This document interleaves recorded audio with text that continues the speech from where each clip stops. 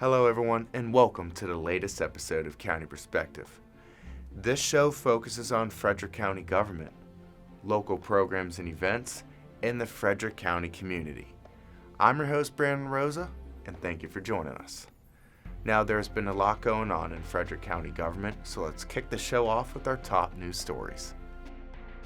Frederick County will receive more than $1.8 million in community project funding as part of the federal omnibus bill recently signed by President Joe Biden. The legislation sets aside funding for three major projects: an emergency operations center, a crisis stabilization center, and a trail to connect the city of Frederick to the town of Walkersville. Frederick County's $1.8 million in community project funding will support emergency management services for those experiencing a behavioral health crisis and safe transportation options. After serving in leadership positions with Frederick County government for 7 years, Rick Harcum announced his retirement as the county's Chief Administrative Officer, effective January 27, 2023. The Chief Administrative Officer oversees daily operations of all 23 offices and divisions under the direction of the County Executive. Mr. Harcum was named Acting Chief Administrative Officer in February 2019 and confirmed as Chief Administrative Officer the following month. A national search will be conducted to find Mr. Harcum's successor. Until the search is complete, Chief Financial Officer Lori Deppes will take on the role of Acting Chief Administrative Officer. In addition, Leslie Barnes-Keating will assume the role of Acting Deputy Chief Administrative Officer. Do you have a concern to report to Frederick County government? The Constituent Services Office is here to help. Their priority is to deliver equitable and efficient services to residents by providing information and facilitating access to county programs and services. Well, constituent services is a vital function of county government. Each and every one of us as county staff play a role in constituent services, whether it's a firefighter providing life-saving measures, an animal control officer helping reunite pets and families, staff helping to set up a vaccination clinic during COVID. We all play a role in supporting our community members. You can contact Constituent Services staff by using FCG Fix-It. This mobile app and web tool allows you to easily request help from various county divisions right from your mobile phone. When using FCG Fix-It, be sure to choose county-wide concerns from the list of categories while making your request. You may also contact a Constituent Services representative, Kathy McCarthy, by phone at 301-600-6083 or by email at constituentservices@frederickcountymd.gov. How cool are drones, right? You can launch them 400 feet in the sky and fly out for miles to get a bird's eye view of the world. Many people are acquiring drones for hobbies, and some are purchasing drones to give their business a new edge. Multiple county divisions now have drones to perform their day-to-day operations. I had the chance to speak with multiple drone pilots in Frederick County government to see how they utilize drones to perform their job duties. Watch this video to hear what these drone pilots had to say. It's a bird. It's a plane. No, it's a drone. Drones look like something from the future, but they are present in our day-to-day lives. In fact, 4 Frederick County government divisions, the Division of Fire and Rescue Services, Division of Public Works, Division of Water and Sewer Utilities, and the team at Frederick County Government Television utilize drones to perform their essential job duties. Water security is about as high on our priority list as it could be, so making sure that those elevated storage tanks are in good condition, they're secure and safe is probably the most important function of using a drone. Currently our goal is marketing of DPW. So typically when people think DPW, they think about snow and roads. They don't realize that we do stream projects, pond retrofits, vertical construction. So we'd like to use this as an opportunity to show the public what we actually do here at DPW. Frederick County Government Television started their drone program in 2019, and since then, multiple county divisions decided to adopt a drone program of their own. 4 years ago, video services was kind of the leader in developing the drone program for Frederick County government. We did get a lot of requests initially for getting out and showing different departments and getting site surveys and other things. Since then, other departments have found the value in droning. And with that value, they've created their own programs, which now the county is growing and we can do more services for the citizens. There are hundreds of different drones to choose from on the market, but each division hand-selected a drone that would work best for their division. Our team actually has multiple drones. We have 3 drones. We have 2 that can go 400 foot in the air, but we also have an interior drone, a small little mini. The smaller mini drone that we have will allow our viewers to almost be a part of that location. So if it is a hallway, it almost allows them to walk down through the hallway. We have one drone. It's a Mavic Pro. With new advancements, I expect, we'll probably add a few drones in the years to come. So currently we have this DJI Mini 2. In the future, we might expand to some. We know there are LiDAR capabilities. We've heard of thermal capabilities as well. Employees who are certified to fly drones for the county could tell you that getting the FAA Part 107 certification wasn't the easiest task. To become a professional drone pilot, you need dedication and responsibility. So I've taken quite a few certifications over the years. I think this was a challenging exam. I think the most challenging part for me was that it wasn't content that I was familiar with. It's all FAA regulations about airspace and who can fly when and where. It took our staff about a year of really in-depth studying and understanding all the different angles to droning and all the importance of it. We take a lot of pride in the fact that what we do is safe, we're following regulations, and even if it could be the coolest shot in the world, we're going to think about the people and the surroundings around us before we get that aircraft up in the air.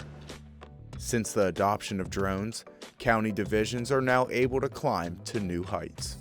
I like to see that aerial perspective. It's nice to see things from above. It's a different reality almost. For somebody who's been in video for 25 years, shooting and editing, the last 4 years have been super exciting for me. I have been able to see angles, do things that I have never been able to do, and it's just opened up an all new world for me and gives the viewers at home the best opportunity to learn about the county.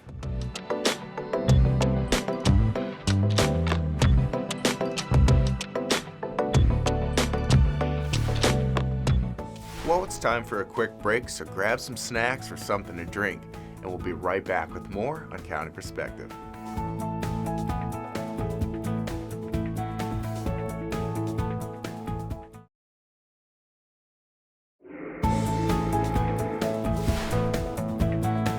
Welcome back to County Perspective. I'm your host, Brandon Rosa.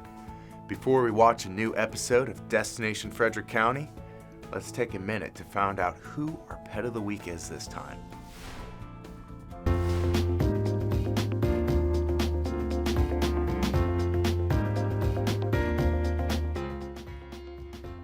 Tama is one of FCAC's longest residents, having arrived in July of 2022. She has a beautiful smile, bright eyes, and a fun personality once she gets to know you. Tama can be wary of strangers, but a little bit of patience and some treats go a long way to earning her trust. This playful shepherd mix does still need to work on her manners and would be a fit for an owner committed to providing her with a routine and training. To learn more about Tama and our adoption process, call Frederick County Animal Control and Pet Adoption Center at 301-600-1546. FCG-TV has traveled around Frederick County to highlight how different breweries came up with their names of their craft beers. Well, in this episode of Destination Frederick County, FCG-TV goes back out into the community to learn more about our local distilleries. Let's check it out. Throughout Frederick County's long history, distilling has played an important role in the region's economy. The production of distilled spirits turned county crops into valuable commodities like whiskey that were shipped around the world. In modern times, the distilling industry has been reborn through microdistilleries that have become popular sites for visitors. Let's take a look at these distilleries and the art of the cocktails they're mixing up around Frederick County.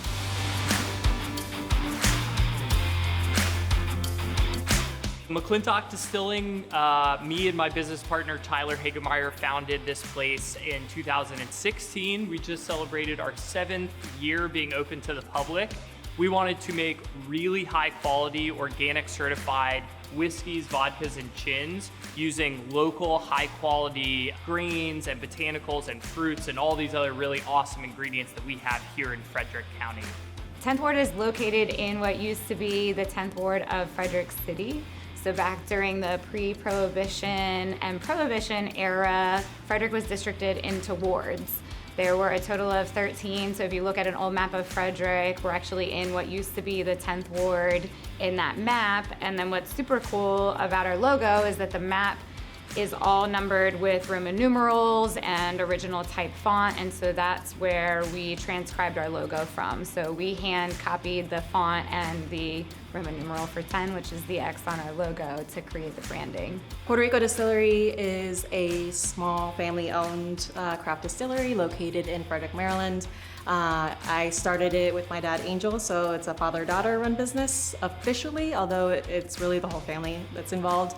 So my mom is a teacher here in Frederick County and is oftentimes helping on her downtime, and my sister helps with social media from Puerto Rico, so it's a whole family affair. Basically, what we do here to make spirits at a distillery is we're taking grains and other fermentables and turning them into a beer that we can distill into a spirit. So we work with local farms. We're able to bring in wheat, rye, and corn. We mill them into a flour.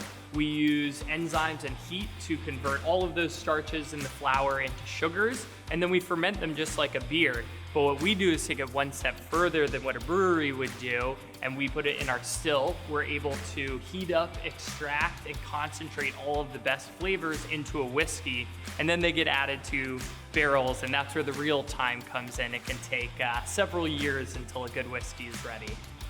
A good cocktail requires balance of a number of key ingredients. So your spirit, citrus, sweetness, and usually bitter, unless you're going with something more spirit forward. So an old fashioned, a martini, a Manhattan, for example, might miss some of those ingredients because that's for the type of drinker that really wants to taste the booze. But otherwise, usually I go for that mix. Frederick County has really become this amazing hub for alcohol production in general, and I think part of it is we have this amazing confluence of really high quality agriculture and really good raw materials, but we also have this really good food and drinks culture set up here, and it's that kind of combination that makes Frederick really special. The first reason why people should always buy local for everything that you do is that money stays in your community. So when you buy a bottle from us, that money is going to support your local farmer. That's supporting local corrugated cardboard manufacturers. That's going to help support other salespeople and the distributors that are based here in Maryland. If you want something that is going to tell a story and have a lot more tie-in with the community, then you want to go local. Whenever possible, for example, for Puerto Rico Distillery, we are either getting our product, our ingredients, our materials here in Maryland or in Puerto Rico. That way we support the Puerto Rican economy as well. When you're supporting a local business like us, you find more deliberate and intentional decisions are being made. Come on down to Frederick County. We have amazing craft distilleries, breweries, wineries. Come on down and experience it for yourself. Are you and your family and friends looking for something to do in the next few weeks? Check this episode's calendar of events to find out what activities Frederick County government divisions and departments are hosting to keep you busy.